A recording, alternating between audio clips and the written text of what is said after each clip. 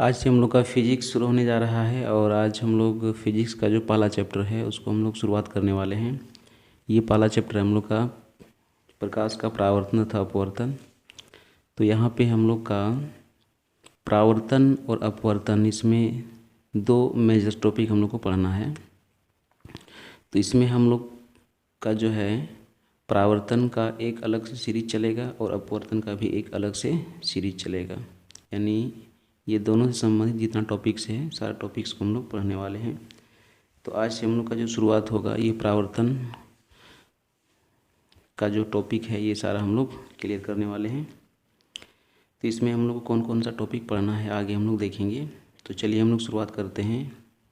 ये हम लोग का प्रकाश का परावर्तन। तो इससे संबंधित जो टॉपिक्स है ये सारा टॉपिक्स हम लोग आगे देखने वाले हैं कि कौन कौन सा टॉपिक हमें पढ़ना है। तो ये रहा हम लोग का सारा टॉपिक्स।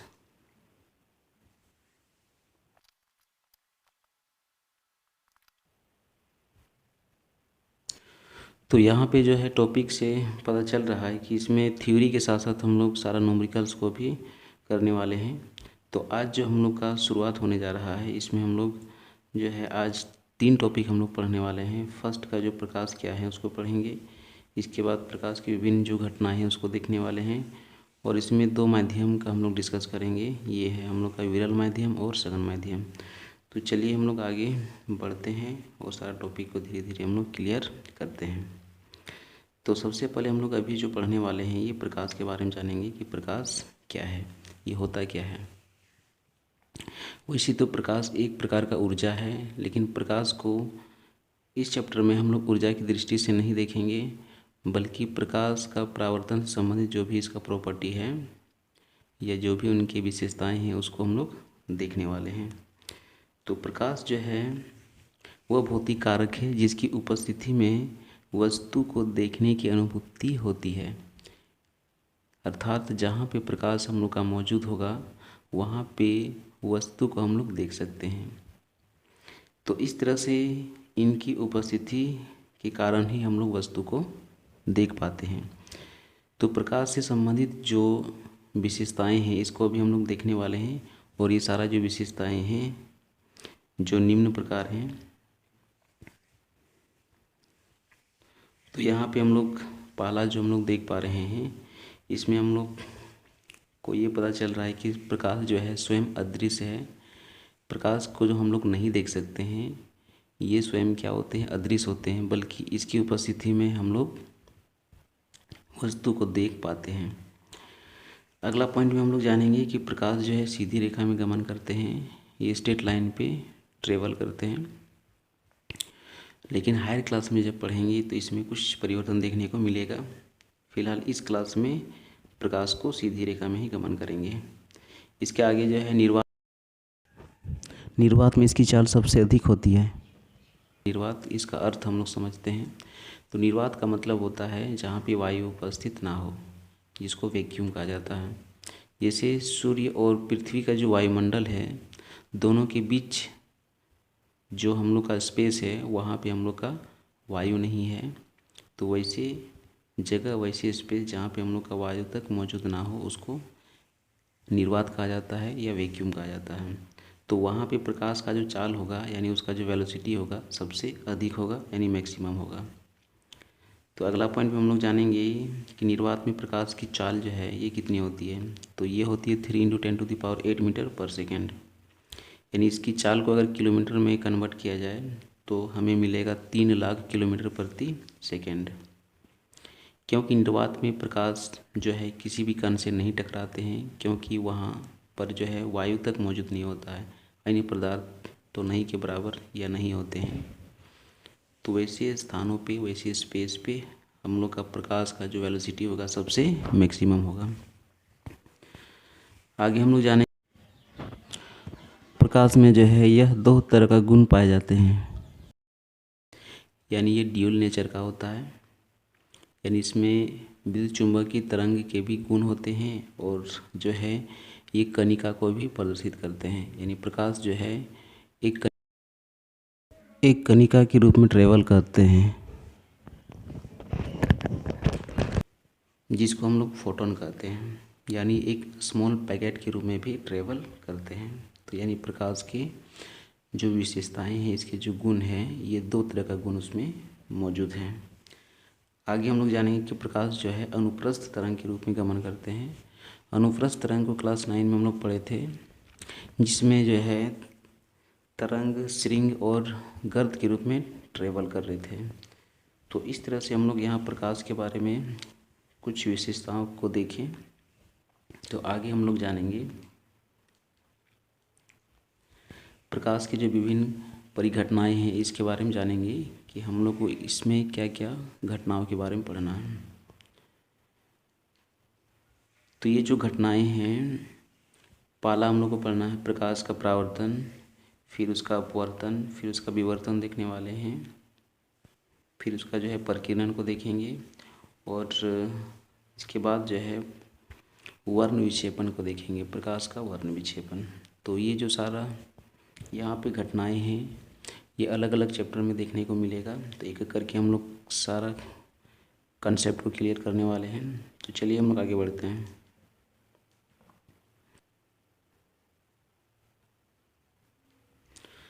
तो अभी जो हम लोग यहाँ पे कंसेप्ट जो क्लियर करने वाले हैं, ये अभी हम लोग पढ़ने जा रहे हैं विरल माध्यम और सघन माध्यम।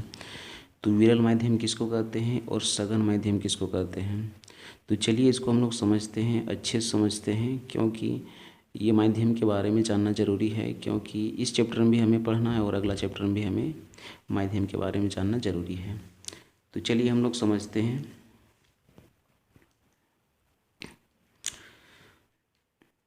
दोनों माध्यम को हम लोग जो है उदाहरण से सबसे पहले समझते हैं, इसके बाद इसको जो है बाद में परिभाषित करेंगे ताकि हमें अच्छे से समझ में आ जाए। तो यहाँ पे हम लोग जो है देख पा रहे हैं, फर्स्ट में हम लोग का दिया हुआ है वायु और सेकंड में हम लोग का जल है। तो वायु और जल, वायु में प्रकाश का वेग जो है सबसे अधिक होगा और जल में प्रकाश का वेग जो है सबसे कम होगा। तो जिस माध्यम में प्रकाश का वेग सबसे ज़्यादा होगा उसको प्रकाश की दृष्टि से विरल माध्यम कहा जाता है, और जिस माध्यम में प्रकाश का वेग अपेक्षाकृत कम होता है उसको सघन माध्यम कहा जाता है। तो यहाँ पे वायु और जल में से वायु हम लोग का विरल हो जाएगा और जल हम लोग का सघन माध्यम हो जाएगा, क्योंकि वायु में प्रकाश का वेग अधिक होगा जल की तुलना में। तो उसी तरह से आगे जो हम लोग देख पा रहे हैं जल और शहद है। तो अब यहाँ पे जो है जल में प्रकाश का वेग अधिक होगा और शहद में प्रकाश का वेग कम होगा। तो यहाँ पे जल हम लोग का विरल हो जाएगा और शहद हम लोग का सघन माध्यम हो जाएगा। तो ऊपर में भी जल है और नीचे में भी वैसे जल, हम लोग का जल और शहद है। तो ऊपर में वायु की तुलना में जल में प्रकाश का वेग कम था, इसलिए सघन माध्यम वहाँ पे हुआ था, और इस जगह पे जल और शहद का तुलना किया जा रहा है। तो अब जो है जल में प्रकाश का वेग अधिक है, तो यहाँ पे जल विरल हो जाएगा और शहद हम लोग का सघन माध्यम हो जाएगा। तो हमेशा हम लोग 2 माध्यम का एक साथ तुलना करेंगे, उसमें से जिस माध्यम में प्रकाश का वेग अधिक होगा वो विरल हो जाएगा, और जिस माध्यम में प्रकाश का वेग अपेक्षाकृत कम होगा वो सघन माध्यम होगा, वो भी प्रकाश की दृष्टि से। उसी तरह से कांच और हीरा में कांच हम लोग का विरल और हीरा हम लोग का सघन हो जाएगा। उसी तरह से वायु में भी एक है गर्म वायु और दूसरा हम लोग का ठंडी वायु है। तो गर्म वायु जो है तेज़ी से ऊपर की ओर बढ़ते हैं, यानी इनके कणों के बीच का दूरी जो है बढ़ जाता है, और ठंडी वायु में जो है इसमें डेंसिटी ज़्यादा होता है, घनत्व तो ज़्यादा होता है, जिसके कारण यहाँ पे ठंडी वायु में प्रकाश जो है ज़्यादा कणों से इनका टकराव होता है और इनका जो वेलोसिटी है, इनका जो स्पीड है ये घट जाता है। तो इसका मतलब गर्म वायु में प्रकाश जो है कम टकराते हैं, इसलिए इनका वेग अधिक होता है ठंडी वायु के तुलना में। तो यहाँ पे गर्म वायु हो जाएगा हम लोग का विरल माध्यम, और जो ठंडी वायु है ये हम लोग का हो जाएगा सघन माध्यम। तो इस तरह से हम लोग जो है दोनों माध्यम के बारे में यहाँ पे कंसेप्ट को क्लियर किए। तो आगे हम लोग नेक्स्ट जो कंसेप्ट है उसको क्लियर करने वाले हैं।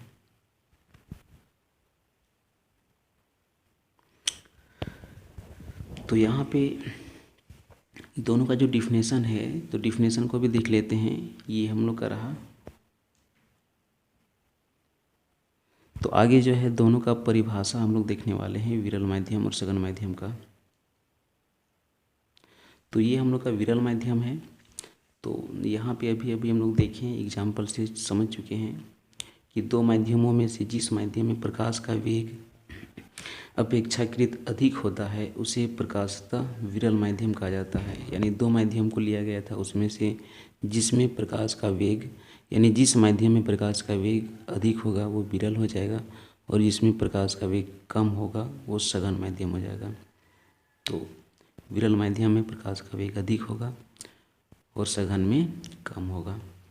तो सघन माध्यम किसको कहेंगे, तो इसको भी देख लेते हैं। दो माध्यमों में से जिस माध्यम में प्रकाश का वेग अपेक्षाकृत कम होता है उसे प्रकाशतः सघन माध्यम कहा जाता है। यानी प्रकाश की दृष्टि से वो सघन कहलाएगा, यानी दृष्टि से नहीं। तो यहाँ पे दोनों का डिफिनेशन भी हम लोग देख चुके हैं। तो इस तरह से आज का कंसेप्ट बस इतना ही। नेक्स्ट आगे हम लोग सारा कंसेप्ट को क्लियर करने वाले हैं।